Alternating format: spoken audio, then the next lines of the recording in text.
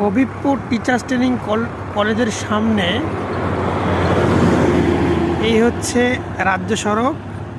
একটা মজার জিনিস চোখে পড়লে আপনাদের দেখাই। দেখেন এখানে ট্র্যাক্টর দিয়ে জমিতে কর্ষণ করা হচ্ছে। আর দেখেন এই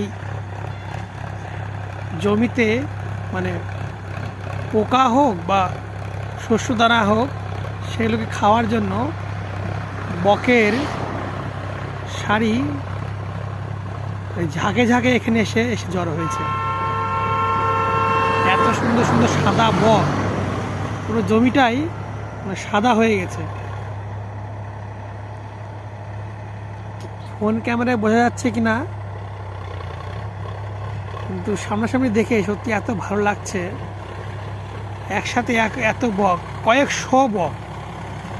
ওই জুম করেছি, বোঝা যাচ্ছে না। এই দেখেন কত বক, একদম ধবধবে সাদা।